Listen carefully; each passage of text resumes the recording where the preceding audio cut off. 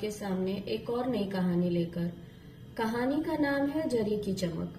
ये कहानी मध्यम वर्ग की वास्तविकता से जुड़ी हुई है। छोटी छोटी इच्छाएं पूरी कर पाना भी कई बार मुश्किल होता है मध्यम वर्ग के लिए। कुछ ऐसी ही कुंठा और हीनता बोध से ग्रस्त हो गई इस कहानी की नायिका सुगंधा, जब उसे भाई की शादी में 25 वर्ष पुरानी जरी की साड़ी पहननी पड़ी। खुद को बहनों एवं माँ की तुलना में कमतर समझती रही, लेकिन इसी आयोजन में कुछ ऐसा हुआ जिसने उसे इस मनोवृत्ति से बाहर निकाल दिया। स्त्री मनोदशा की बारीकी को दर्शाती है ये कहानी। तो चलिए कहानी की शुरुआत करते हैं। पार्टी अपने पूरे वजूद पर थी। स्टेज के बगल में खड़ी सुगंधा हर आने जाने वाले पर एक उचटती नजर डालकर अपने आप में गुम हो जाती। आज राजा की रिसेप्शन पार्टी थी। चांद सी दुल्हन बगल में बिठाए वह न जाने किस स्वप्न लोक में विचर रहा था। सुगंधा जानबूझकर नजरें नहीं मिला रही थी। कौन जाने खोट उसके मन में था या रिश्तों की ऊष्मा और मिठास धीरे धीरे गुम होती जा रही थी, जैसे इस पहनी गई साड़ी में जरी की चमक। पिछले 25 सालों में उसने संभवतः इसे तीसरी बार पहना है। वह भला कब इस साड़ी को पहनना पसंद करती। आखिर इकलौते छोटे भाई की शादी हो रही थी तो कपड़े भी कुछ खास ही होने चाहिए। नीरा ने जिद की, मम्मी ये साड़ी तो आपको एक बार पहननी ही पड़ेगी, चाहे जब भी पहनो। पर नीरा, इतने दिनों से रखी साड़ी की चमक कम हो गई है। नहीं मम्मा, आपका वहम है, वरना एकदम नई जैसी दिख रही है। 20 वर्षीय नीरा भी अब बच्ची तो नहीं थी। आखिरकार एक ग्रेजुएट लड़की फैशन की दुनिया में ही अपना करियर बना रही थी। जानती हैं मम्मी, आजकल जरी वर्क फिर से फैशन में है। सुगंधा को 25 वर्ष पहले के वे दिन याद आए जब उसकी शादी हुई थी। पिता ने अपनी सामर्थ्य से कुछ ज्यादा ही दिया था उसे, पर यह साड़ी समीर ने पसंद की थी। शादी के बाद बक्से में बंद साड़ियों को सुगंधा बड़े चाव से साल में एक बार धूप जरूर दिखाती, फिर दोबारा तहाकर उन्हें वैसे ही रख देती। आखिर इन पुराने फैशन की साड़ियों को वह किस मौके पर पहने। इससे तो अच्छा है कि सस्ती सही लेकिन नई साड़ी पहनी जाए। आज नीरा की जिद ने उसे सोचने को बाध्य कर दिया। मम्मी, मेरे पास तो एक भी नई जींस नहीं है, क्या पहनूंगा मैं मामा की शादी में। रोहित गुनगुनाया। कल पापा के साथ बाजार चले जाना, जीन्स ही नहीं एक अच्छी सी शर्ट और स्वेटर भी ले लेना, सुगंधा ने आश्वस्त किया और मन ही मन हिसाब लगाने लगी। यदि हाथ दबाकर भी खर्च करें तो भाई की शादी में 10,000 खर्च हो ही जाएंगे। मोहित का फोन आया था, परसों ही सेमेस्टर से पहले फीस जमा करनी है मम्मी, वरना फाइन लगेगा। फीस यानी 30,000। पहले इसकी व्यवस्था करनी होगी। मोहित शादी में भी नहीं जा पाएगा। चुपचाप पारिवारिक जिम्मेदारियां वहन करता समीर भले ही मुंह से कुछ न बोले, लेकिन वह समझती है कि कैसे क्या हो रहा है। अचानक सुगंधा डर सी गई है। स्टेज के बगल में डीजे का म्यूजिक बदलता है। कान फोड़ो संगीत उसके दिमाग में एक के बाद एक टनाटन बजता जा रहा है। लगभग कपड़ों में सजे मेहमान एक एक कर स्टेज पर जा रहे हैं। वर वधू तो तोहफा देखकर एक बनावटी मुस्कान चेहरे पर लादे कैमरे के सामने पोज देते और फिर स्टेज से उतर जाते। तेज रोशनी के बीच सुगंधा खुद को असहज महसूस कर रही थी। उसने समीर से शाम को ही कहा था अच्छा सा तोहफा लाने के लिए। सुगंधा चारों ओर उचटती सी नजरें दौड़ाती है। समीर कहीं दिख नहीं रहा था। इतने सालों बाद भी समीर इस परिवार में सहज नहीं हो पाया। पता नहीं कौन सी ग्रंथि है उसके भीतर, उसके मायके का ऊंचा उठता स्तर, अपनी स्थिति या कुछ और। सुगंधा बस महसूस करती है क्योंकि इसे लेकर उनके बीच कोई चर्चा नहीं हुई। तभी राजा की निगाहें मिलती हैं। वह इशारे से सुगंधा को बुलाता है। हाथ के इशारे से थोड़ा ठहरने को कहकर वह समीर की राह देखती है। चांद सी दुल्हन बगल में बिठाए राजा सचमुच राजा ही लग रहा था। उसने मन ही मन उसकी नजर उतारी। इस भाई के लिए उसने अपनी उम्र के हिसाब से कितनी मन्नतें मांगी हैं। माँ के साथ साथ आज वाकई खुशी का दिन है। एक एक कर सारे अतिथि स्टेज पर जा चुके हैं। एक वही है जो समीर का इंतजार कर रही थी। आखिर खाली हाथ कैसे जाए? बहू की मुंह दिखाई भले दे दी हो, लेकिन रिसेप्शन पर बिना उपहार कोई जाता है? इसी घर में जन्मी पली बड़ी सुगंधा के मन में परायेपन की भावना कब से घर कर गई, वरना अतिथियों की तरह बिना तोहफे के स्टेज पर जाने से वह क्यों कतरा रही है? यह एहसास काफी गहराया हुआ है। उसके मन में इन दिनों अजीब अजीब से एहसास उतराते रहते हैं। अतिरिक्त संवेदनशीलता ही उसकी कमजोरी थी। उसने फिर राजा को थोड़ा इंतजार करने का इशारा किया और दरवाजे की ओर देखने लगी। नीरा मौसेरी बहनों के साथ व्यस्त थी। सुगंधा को रस खो आया। कितनी आसान और निर्दोष होती हैं बेटियों की उम्र, पर शादी होते ही जैसे दो पार्टों में विभाजित हो जाती हैं। बेटियों का भाग्य तो विधाता और माँ बाप मिलकर ही लिखते हैं, पर कितनी असमानता होती है सगी बहनों के भाग्य में भी। मीनू सिल्क की जरीदार साड़ी संभालते उधर से गुजरी। दीदी, इधर अकेली क्यों खड़ी हो? देखा नहीं प्रोफेसर मेहता आए हैं? अच्छा तुम बातें करो, मैं आती हूँ। उसने एक नजर अपनी साड़ी पर डाली।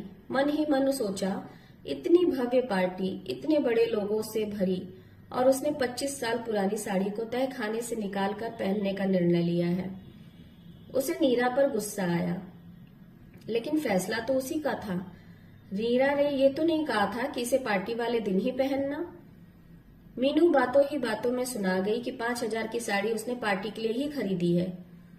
पति की अथाक कमाई हो तो कुछ भी किया जा सकता है। सुगंधा ने मन ही मन सोचा।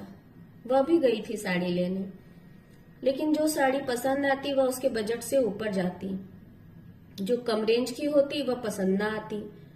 एक रात के दिखावे के लिए उसने अपना बजट बिगाड़ना ठीक नहीं समझा।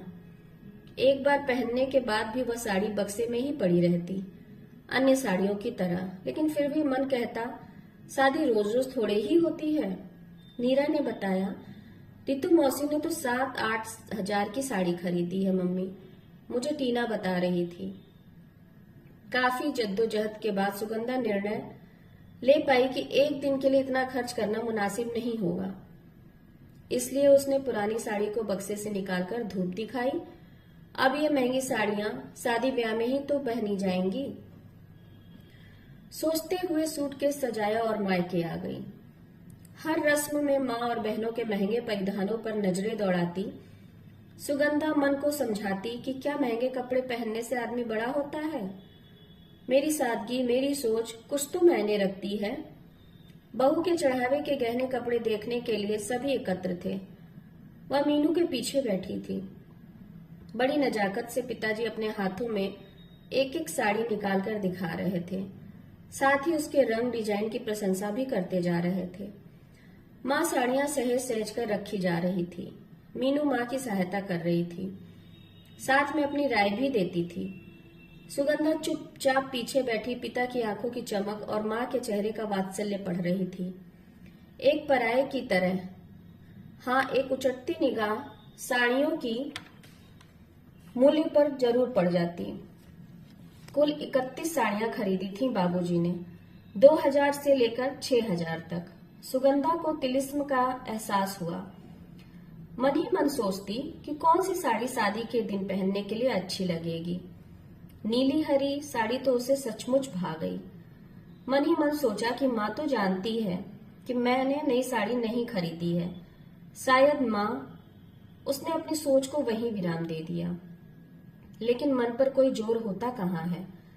मान लो बाबूजी 31 की जगह 30 साड़ी ही ले जाएं, तो कोई फर्क थोड़े ही पड़ेगा। जैसे 31 वैसे 30। अगर वो कहें कि बाबूजी मुझे ये साड़ी पसंद है, तो बाबूजी मना थोड़ी करेंगे। वह उनकी पहली संतान है। फिर भी यह संकोच की दीवार कैसी माँ बाबूजी से कुछ मांगने में? क्या वह अनजान लड़की सुगंधा से बड़ी हो सकती है, जो उनकी भावनाओं में कमी आ जाए? सुगंधा को याद आया, छुटपन में वह बाबूजी की उंगली पकड़कर दीनू चाचा की दुकान पर जाती थी माँ के लिए साड़ियां पसंद करने।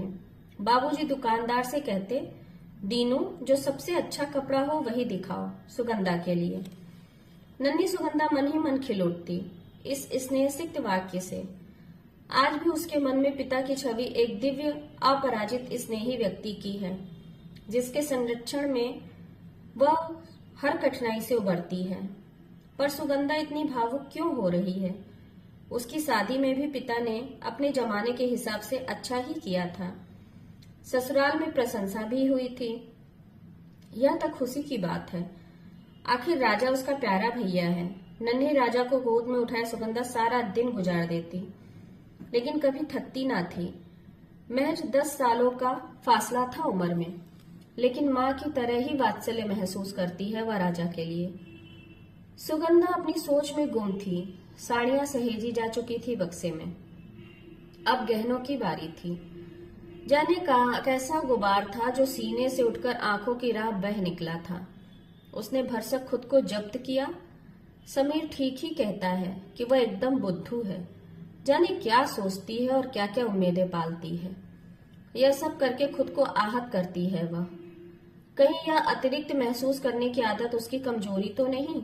क्यों नहीं मान लेती सुगंधा? समय के साथ साथ सब कुछ बदलता जाता है। रिश्ते, अपनापन, भावना, उस्मा। उसे भी अपनी सोच बदल लेनी चाहिए। गहनों की डिजाइन और वजन देखकर सभी मुग्ध थे। इस महंगाई में भी पिता ने वजन और डिजाइन से समझौता नहीं किया था। अकेले हीरे का सेट ही लाख के ऊपर का था। बहनों की बातचीत में शरीक होकर भी कहीं और ही थी वह। पिछले साल अपनी शादी की सालगिरह पर मायके में ही गर्मियों की छुट्टियों में उसने अपना बिताया था। माँ ने नीरा से कहकर लॉकेट मंगवाया था। 5-7 लॉकेट में माँ ने एक चुना और उसे तोहफा दिया। सुगंधा को दूसरा लॉकेट पसंद आ रहा था, पर उसने मुंह से कहा नहीं। आखिर तोहफा अपनी मर्जी से दिया जाता है। मांग कर लिया गया तोहफा नहीं, मांग होती है। उसे महसूस हुआ कि माँ ने सबसे हल्के वजन वाला लॉकेट पसंद किया था, लेकिन यह सोच उसके मस्तिष्क में आती इससे पहले ही उसने खुद को लानत भेजी ऐसा सोचने के लिए। छी, माँ के लिए भी कोई ऐसा सोचता है सुगंधा? पर सुगंधा के अंदर बैठी बेटी ने जान लिया था कि बेटियां पराई होती हैं। जिस घर में जन्मती, पलती, बढ़ती हैं, वह भी एक दिन अजनबी, अनचाहा सा हो जाता है। और जिस घर में जाती हैं, उसे भी अपनाना बेहद मुश्किल सा ही होता है। सुगंधा अकेली यहाँ क्यों खड़ी हो? डॉक्टर आंटी तुम्हें पूछ रही थी। सारी भीड़ के बीच में उसने अपने आप को संभालते हुए माँ से बातें की। कहाँ है आंटी? अचानक सुगंधा में जैसे जान आ गई। डॉक्टर आंटी यानी प्रिया आंटी। सुगंधा कॉलेज के दिनों से उनकी प्रशंसक है। हालांकि लिखती तो सुगंधा भी है, लेकिन प्रिया आंटी तो उसकी आदर्श है। तभी सामने से आंटी दिखती हैं। उसने पैर छुए तो उन्होंने गले से लगा लिया, फिर उसके लेखन की तारीफ करने लगी। एकाएक उन्होंने सुगंधा से कहा, कितनी सुंदर लग रही हो सुगंधा, ये साड़ी कहाँ से ली? बहुत फब रही है तुम पर। ऐसा जरी वर्क तो आजकल ढूंढे नहीं मिलता। सुगंधा ने उनकी आंखों में झांका। वहां उपहास नहीं, अपनापन था। अभिभूत हो गई सुगंधा। आंटी से बातें कर उसका मन हल्का हो चला था। दिल और दिमाग पर छाया धुंध अपनेपन की इस परत से छट गया था।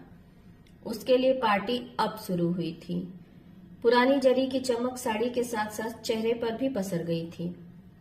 वह बेसब्री से समीर का इंतजार करने लगी। आखिर स्टेज पर जाकर राजा और उसकी चांद सी दुल्हन को शुभकामनाएं जो देनी थी समीर के साथ। तो ये कहानी यहीं खत्म होती है। नमस्कार। आप लोगों से एक अनुरोध कि आप लोग मेरे चैनल को सब्सक्राइब करिए, लाइक करिए, शेयर करिए। नमस्कार।